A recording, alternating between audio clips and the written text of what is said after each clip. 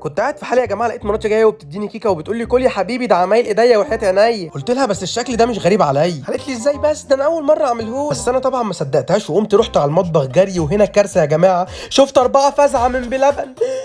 يا بنت اللذينه بتضحكي عليا. خدتهم يا جماعه وقمت طلعت لها بره وقلت لها ايه كل دول بقى، انت بتضحكي عليا وجايبه لي الفزعه وبتقولي انها كيكه انت اللي عاملاها. وبعدين ده انا لفيت على كل الفروع وما لقيتش ولا واحده، تقوم انت جايبه 4. قالت لي يو انت خدت بالك. وبعدين ده انا قعدت الف عليهم لحد ما لقيت في فرع الحصن، وكنت انا و3 اصحابي وجبنا 4 وضحكت عليهم وخدتهم كلهم انا. قلت لها يا بنت النصحه، ده انا كان نفسي فيها من زمان. قالت لي كل يا حبيبي الهنا والشفا. خدت يا جماعه اول قطمه ولقيت طعمها تحفه، حاجه خيال. وبعدين جه في دماغي اما اسرش كده واشوف مكوناتها ايه، وهنا اكتشفت انها وصفه سويسريه اصيله بطابع بلبن الفريق، وطبقات كيك شوكولاته فاخره مشبعه بدارك كاكاو، كراميل كريمي بيقرمش وبيدوب في نفس اللحظه، ومتغطيه باجود انواع الشوكولاته البلجيكيه. بجد حاجه ما حصلتش في تاريخ بلبن كله. خلصت يا جماعه وبعدين جاي اكل ما لقيتش الفزعه، وبعدين زعقت لمراتي قلت لها فين الفزعه، لقيتها بتقول لي هي معلقه واحده يا حبيبي، انا خبيتها خلاص، انت فاكرها بتيجي بالسهل ولا ايه؟